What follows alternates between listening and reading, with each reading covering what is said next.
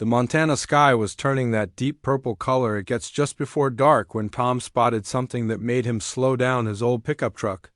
At first, he thought it might be a dog or maybe some trash blown against the side of the abandoned gas station. But as his headlights swept across the scene, he realized it was a person. Tom had been making this drive for 3 years now, every Tuesday evening after picking up supplies in town. The route back to the Wilson Ranch was always quiet, just miles of empty highway cutting through cattle country. He knew every bend, every landmark, every pothole. So when something was different, he noticed a woman was sitting with her back against the old gas station's brick wall, knees pulled up to her chest. Even from his truck, Tom could see she was shivering. The October wind in Montana doesn't mess around, especially once the sun goes down. He pulled over and sat there for a moment, engine running, trying to figure out what to do. Tom wasn't the type to get involved in other people's business. 3 years ago, when his marriage fell apart and he moved out here to work cattle, he'd made peace with keeping to himself. His days were simple now. Wake up before dawn, check on the herd, fix whatever needed fixing, eat dinner alone, and sleep. It was a quiet life, but it was his life, and nobody could take it away from him. But something about this situation felt different. Maybe it was the way the woman was trying to make herself invisible, or maybe it was just that no one should be sitting outside in this cold without proper clothes. Tom turned off his engine and got out of the truck. The gravel crunched under his boots as he walked closer. The woman looked up when she heard him coming, and he could see the fear in her eyes. She was probably around 30, with dark hair pulled back in a messy ponytail and a jacket that had seen better days. Her shoes looked like they'd walked a lot of miles. "Evening," Tom said, stopping about 10 feet away. He kept his voice quiet and non-threatening. "You okay out here?" The woman didn't answer right away. She just stared at him like she was trying to figure out if he was dangerous. Tom understood that look. He'd seen it before, back when he was married and his ex-wife would come home from her job at the women's shelter.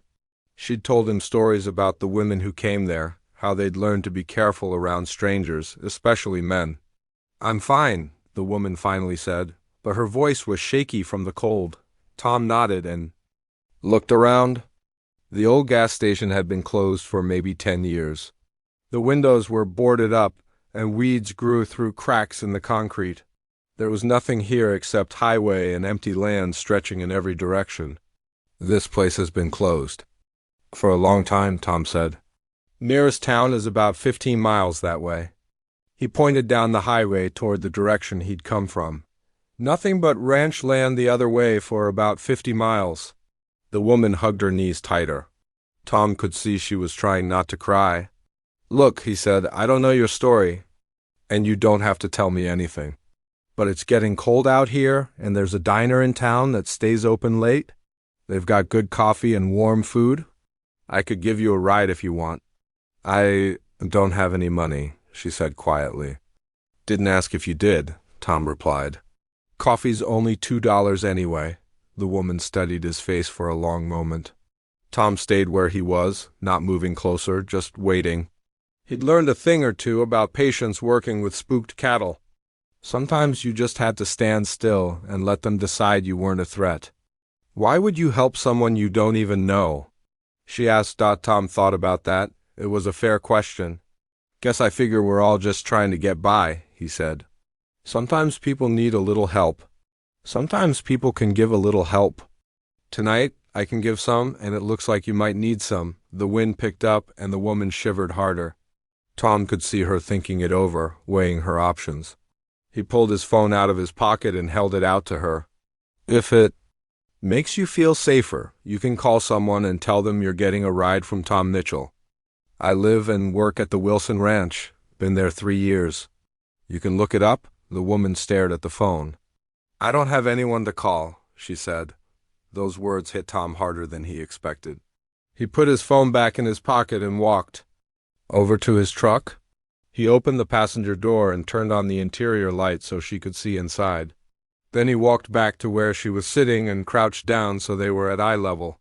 "My name's Tom," he said. "I work cattle at a ranch about 20 miles from here. I'm 34 years old, I drive this beat-up Chevy, and I mind my own business. I've got a clean driving record, and I've never hurt anybody in my life. I'm offering you a ride to town, to the diner, where there will be other people around. After that, what you do is up to you." The woman looked at him for a long time. Tom could see her trying to make a decision that probably felt impossible. Trust a stranger or stay out here in the cold. Both options had risks. "You're safe with me," Tom said quietly. "I promise you that." Something in his voice must have convinced her because she slowly got to her feet. She had a small backpack that looked like it contained everything she owned. Tom walked back to his truck and waited while she made her way over. "Thank you," she said as she got in. "Don't mention it," Tom replied, starting the engine. He turned up the heat and pulled back.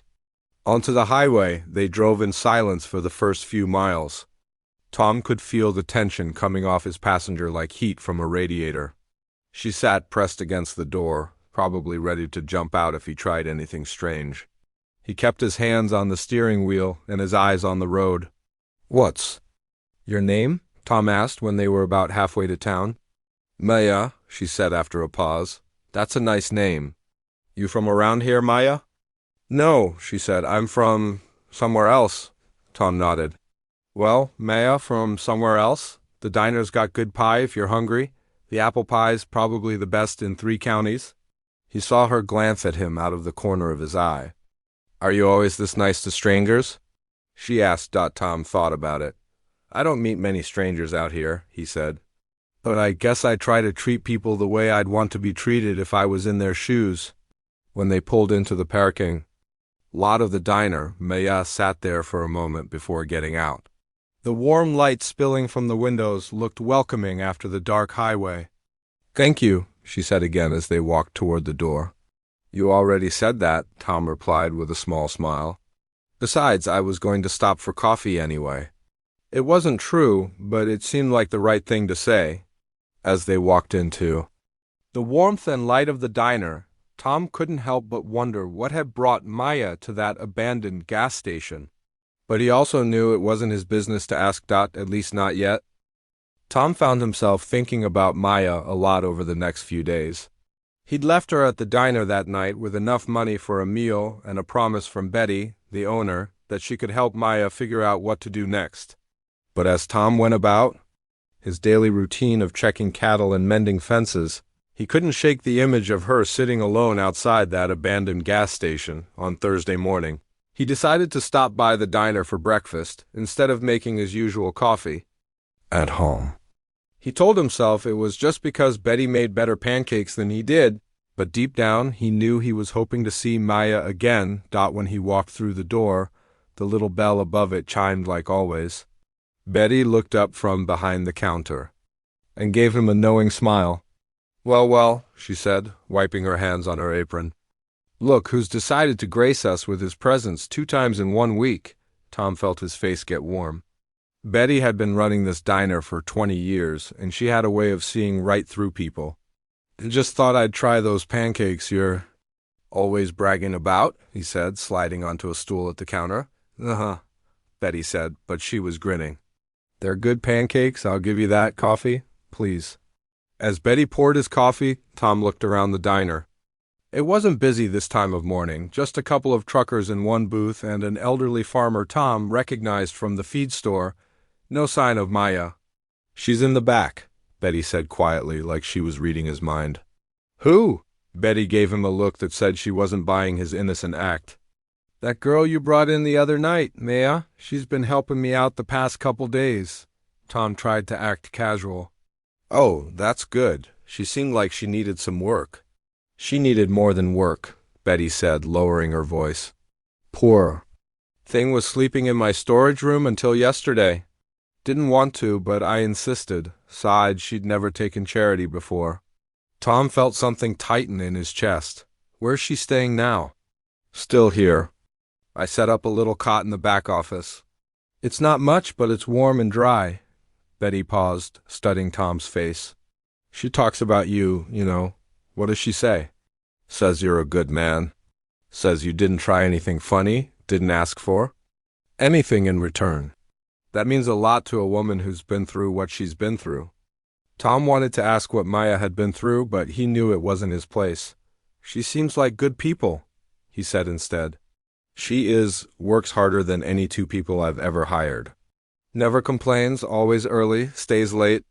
Whatever happened to her before, it taught her how to survive. Just then, Maya came through the swinging door from the kitchen, carrying a coffee pot. She saw Tom and stopped for a second, like she wasn't sure what to do. "Morning, Maya," Tom said, keeping his voice casual. "Morning," she replied, but she smiled a little. It was the first real smile he'd seen from her.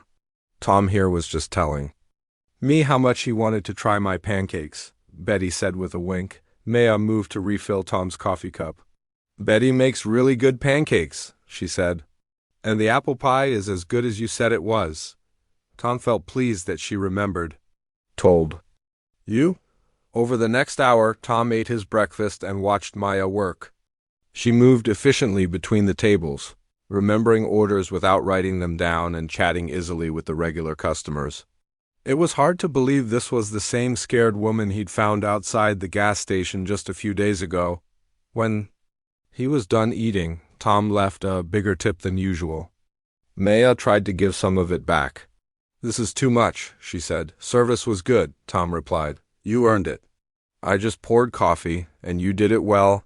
Maya looked at him for a long moment, then put the money in her apron pocket. "Thank you." After that, Tom started stopping by the diner every few days. He told himself it was for the food, but Betty wasn't fooled, and if he was being honest, neither was he. There was something about Maya that he couldn't stop thinking about. Maybe it was her strength, the way she'd bounced back from whatever had knocked her down. Maybe it was her smile, which appeared more often now and always made his day a little brighter. 2 weeks after their first meeting, Maya got sick. Tom came in for his usual coffee and found Betty looking worried.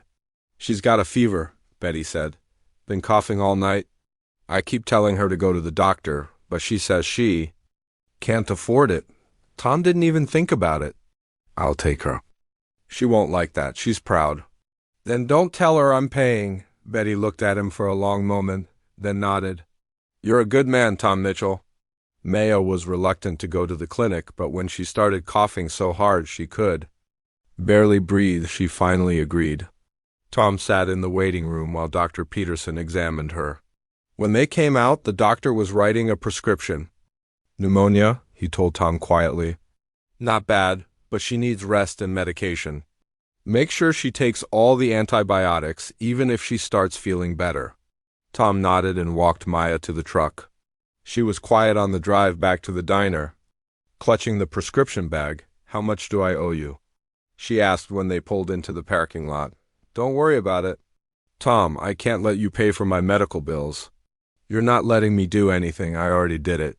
Maya turned to look at him. "Why?" It was the same question she'd asked that first night, and Tom still didn't have a good answer. "Because you needed help, and I could help, but I'm nobody to you." Tom thought about that. Was she nobody to him? When he'd woken up that morning and heard she was sick, his first thought had been worry. When he saw her smile, it made his whole day better. When she wasn't at the diner, he found himself looking for her. "No," he said finally, "you're not nobody to me." Maya stared at him, and Tom saw something change in her expression. Not fear this time, but something softer, something that looked like hope. "I don't know how to thank you," she said quietly. "Get better. That's thanks enough." That evening, Tom drove back to the ranch with a strange feeling in his chest. For 3 years, he'd been content with his quiet life, his routine, his solitude. But now, for the first time since his divorce, he found himself thinking about someone else, not just thinking about her, but caring about her. Wanting to make sure she was okay, wanting to see her smile, wanting to know her story. Scared him a little, this feeling. He'd sworn off getting involved with people after his marriage fell apart. But there was something different about Maya. She wasn't asking for anything, wasn't trying to change him or fix him. She was just grateful for small kindnesses working hard to stand on her own feet. As he pulled into the ranch driveway, Tom made a decision. Tomorrow, he'd ask his boss about the guest cabin. It was just sitting empty anyway, and Maya couldn't sleep in that storage room forever. It wouldn't be charity, he'd tell her. It would be payment for the work she could do around the ranch. He hoped she'd say yes. Tom spent all of Friday morning working up the courage to ask his boss about the guest cabin. Frank Wilson was a fair man, but he ran a business, not a charity. Tom needed to make this sound like a practical decision, not an emotional one. He found Frank in the main barn, checking over the equipment they'd need for next week's cattle roundup.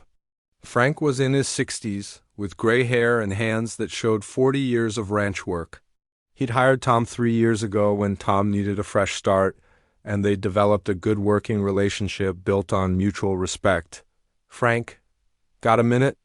Tom asked, leaning against the doorframe. "Sure, what's on your mind?"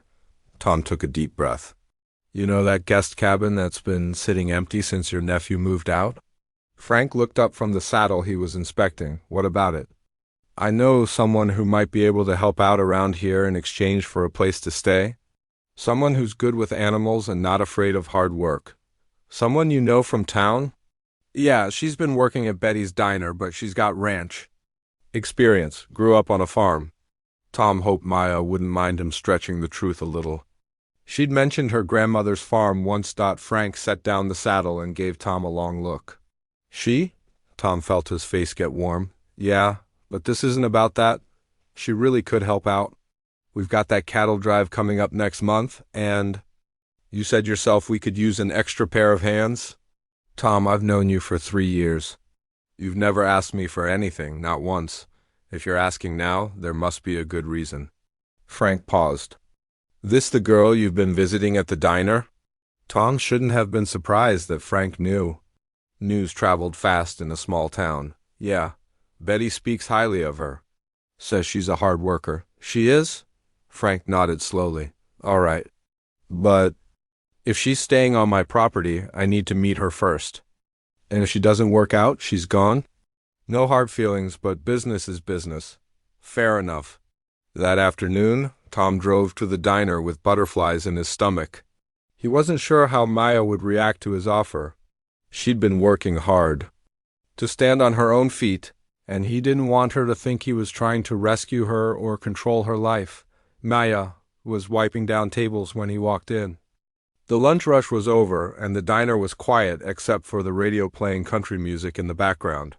"Hey," she said, looking up with a smile. "You're early today." "Actually, I wanted to talk to you about something." Maya's smile faded. A little. Tom realized she was probably used to conversations that started like that being bad news. "Nothing bad," he said quickly. "At least, I hope not. Can you sit for a minute?" Maya glanced toward the kitchen, where Betty was cleaning dishes. "Betty, I'm taking my break," she called out. "Take your time, honey," Betty called back. Maya slid into the booth across from Tom. "What's going on?" Tom had practiced this conversation in his head during the drive, but now that he was here, the words felt clumsy. "You know how I work out?" "At the Wilson Ranch?" "Yeah." "Well, Frank, that's my boss. He's got this guest cabin on the property. It's been empty for months. And with the cattle drive coming up next month, he could use some extra help around the place." Maya was quiet, waiting for him to get to the point. "I told him about you. About how hard you work, how good you are with people." He said if you were interested, you could stay in the cabin in exchange for helping out around the ranch. Maya stared at him. "You offered me a job?"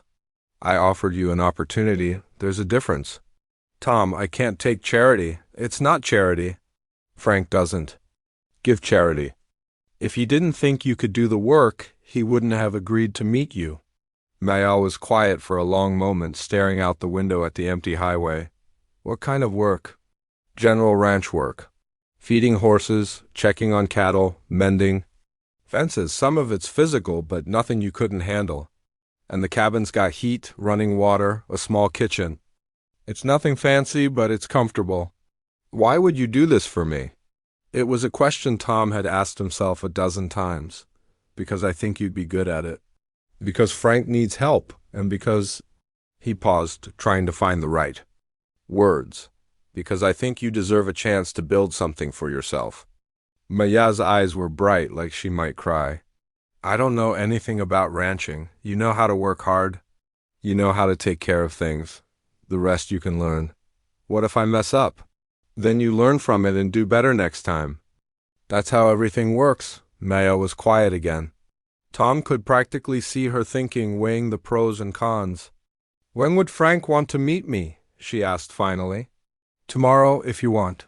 Saturday morning. Maya nodded slowly. Okay, I'll meet him. The next morning, Tom picked Maya up at the diner. She dressed carefully in clean jeans and a simple blue shirt, and he could tell she was nervous. Frank's going to like you, Tom said as they drove toward the ranch. How do you know? Because you're honest and you work hard? That's all he cares about. When they pulled up to the main house, Frank was waiting on the porch with a cup of coffee.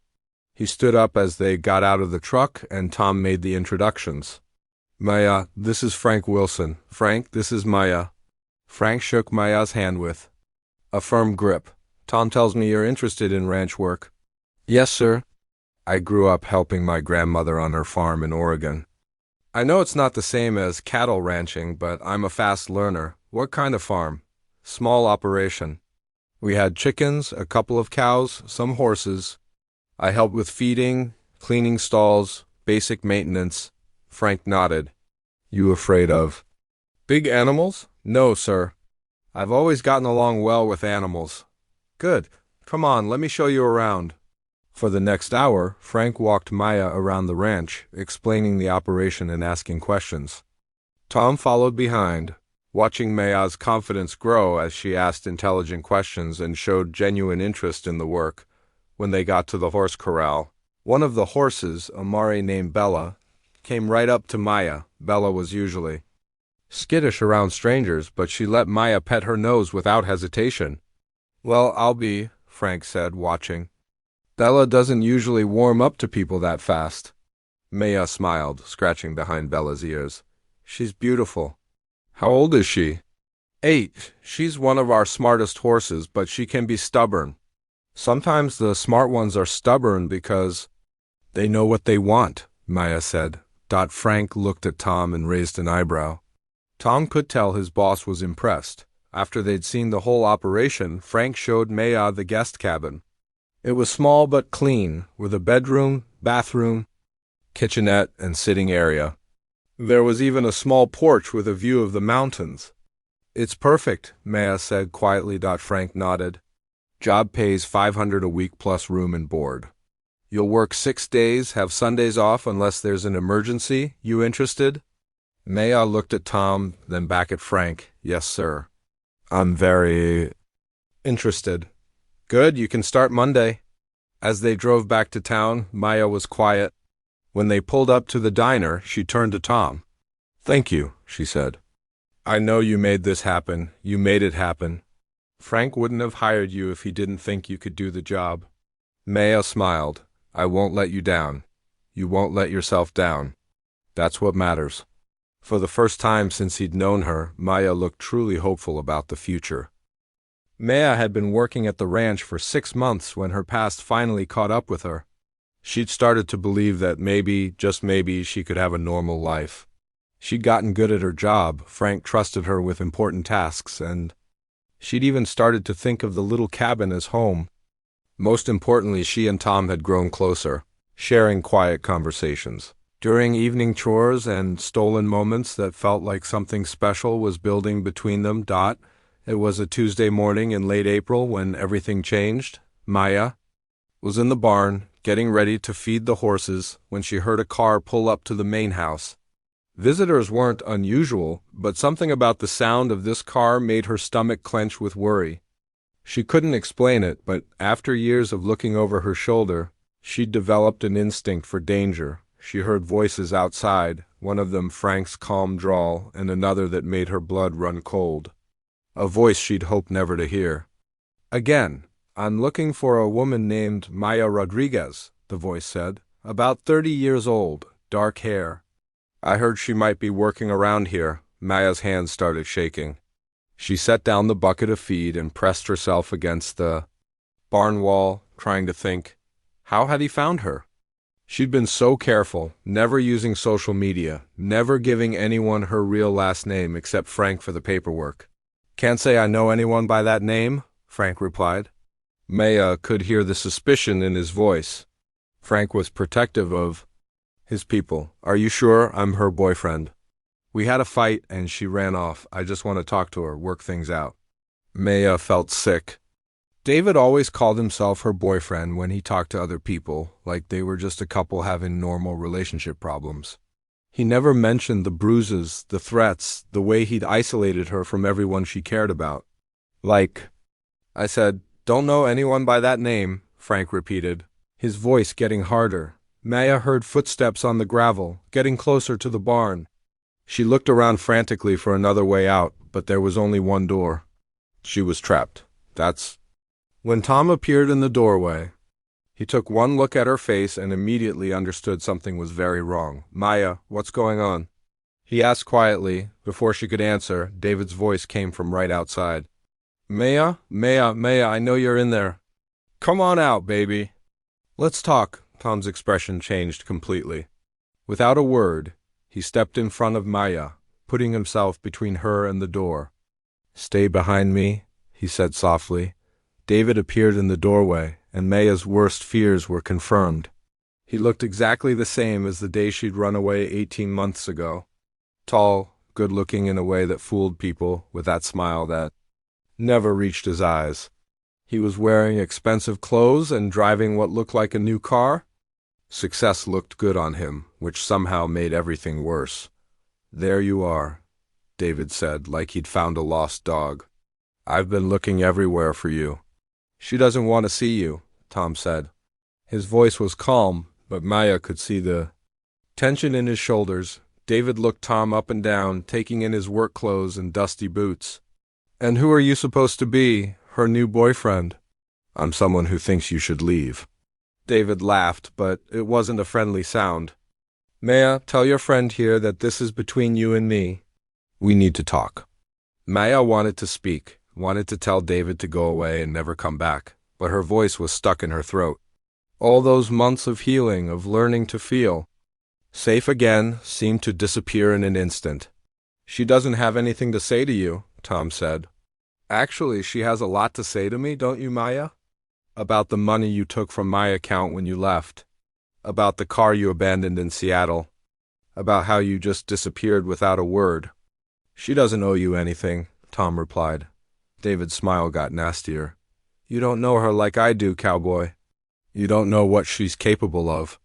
Maya's always been good at making people feel sorry for her, making them want to rescue her. But the truth is, she's a thief and a liar. Maya flinched like she'd been slapped. Those were the same words David had used to describe her when he wanted to make her feel worthless, when he wanted to convince her that no one else would ever care about her. But Tom didn't even blink. "I know everything I need to know about Maya. And what I know is that you need to leave now, or what? Or I'll call the sheriff and have you removed from private property."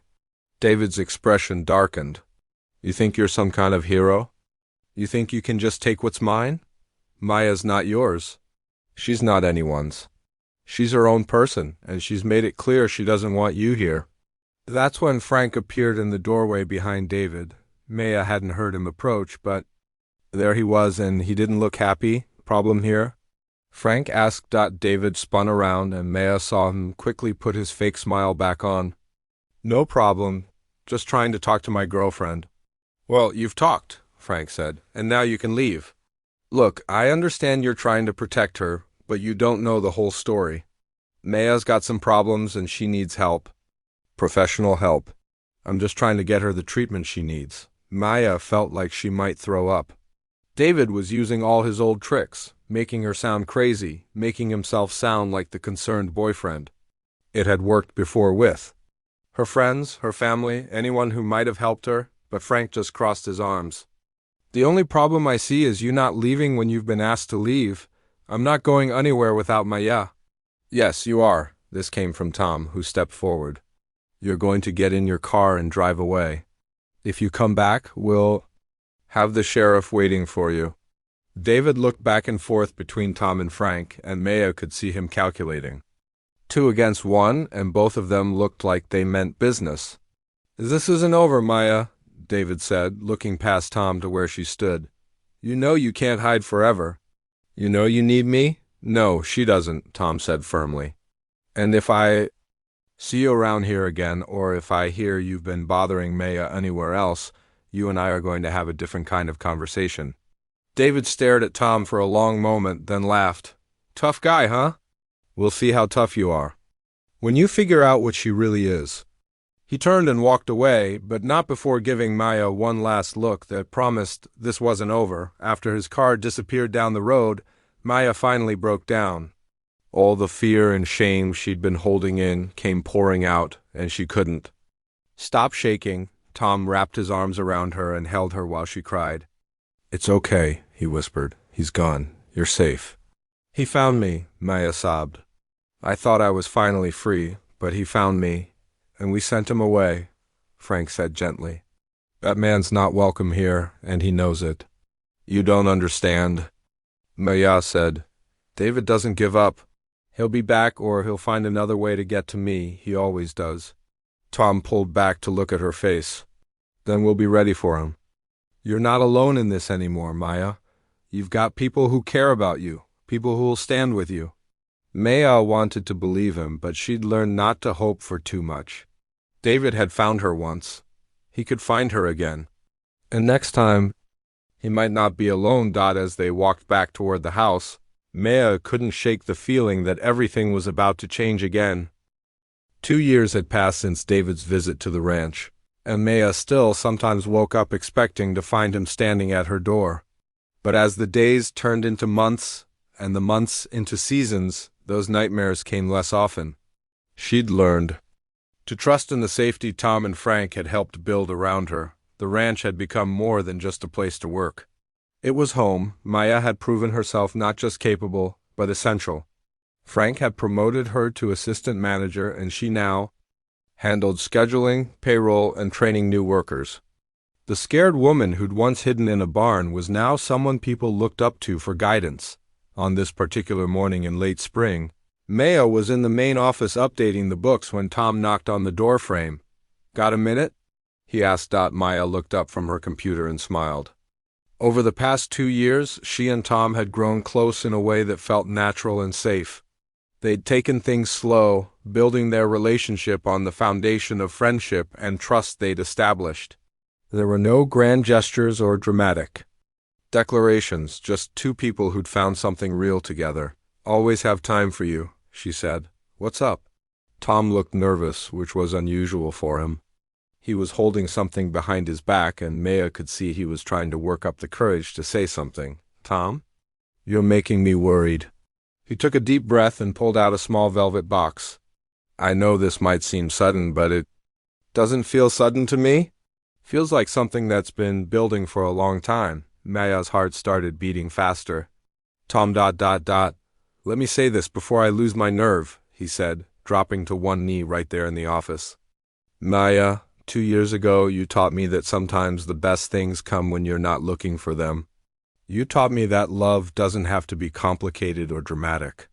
It can be as simple as wanting to share your morning coffee with someone every day for the rest of your life.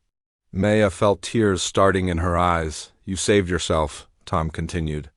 But you let me be part of your healing, and that changed my life.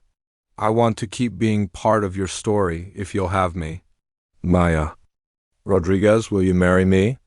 Maya stared at the ring, a simple diamond on a white gold band. It wasn't flashy or expensive, but it was perfect. Just like everything else about Tom. Yes, she whispered, then louder. Yes, of course, yes. Tom slipped the ring onto her finger with shaking hands, then stood up and kissed her.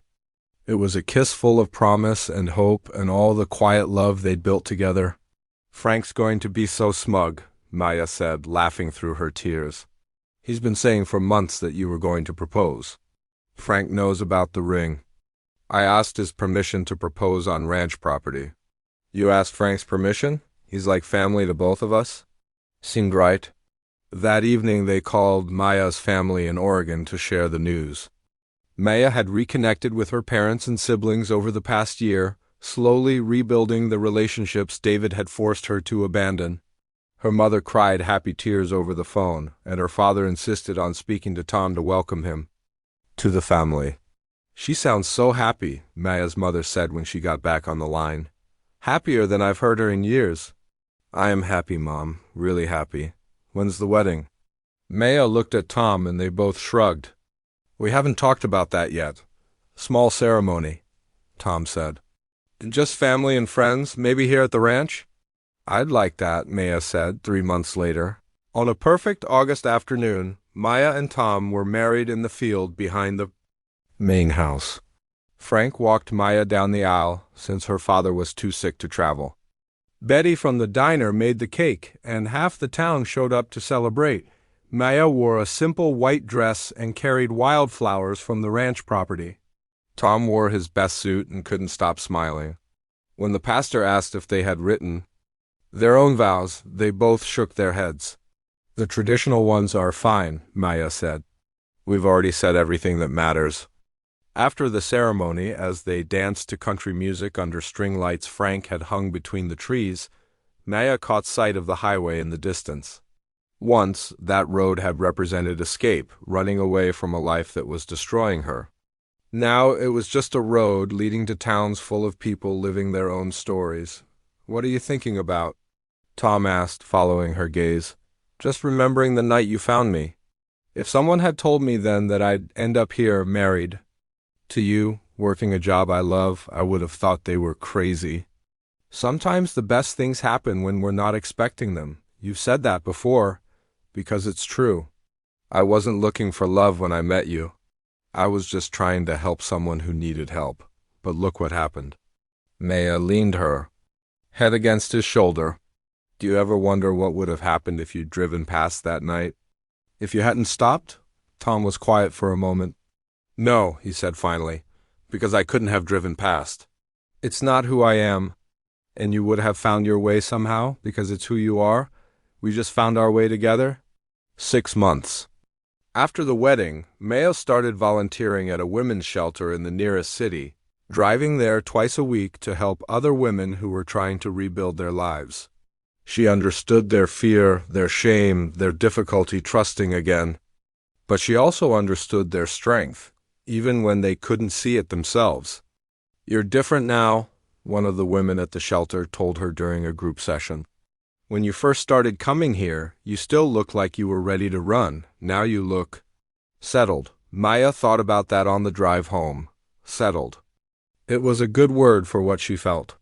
Not just safe, but rooted, like she belonged somewhere and to someone who would never try to change her or control her. When she got home, Tom was in the kitchen making dinner. Something simple, like always. Grilled chicken, vegetables from the garden Maya had started behind the cabin. Salad with tomatoes from the greenhouse Frank had built for her birthday. "How was the shelter today?" he asked, kissing her hello. "Good, hard, but good. There's a new woman there, reminds me of myself 2 years ago. Scared of everything, especially trusting people. She figured it out. Just like you did, with help, just like I had help." They ate dinner on the small porch of their cabin, watching the sun set over the mountains. Tom had enlarged the porch the previous summer, adding a swing where they liked to sit in the evenings. Maya had planted flowers around the edges, and hummingbirds came to visit the feeders she'd hung from the eaves. "Frank wants to know if we've thought any more about taking over the ranch when he retires," Tom said. "Have you?" "Some would mean a bigger house, more responsibility. Different kind of life." Maya considered this. A year ago, the idea of that much responsibility would have terrified her. Now it felt like a natural next step. "I think we could handle it," she said. Yeah, you make a good team?" Tom reached over and took her hand, the one with the simple wedding band next to her engagement ring. "Yes, we do." As the stars came out and the ranch settled into quiet for the night, Maya thought about how strange life was.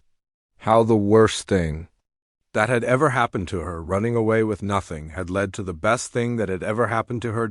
She was safe. She was loved. She was home.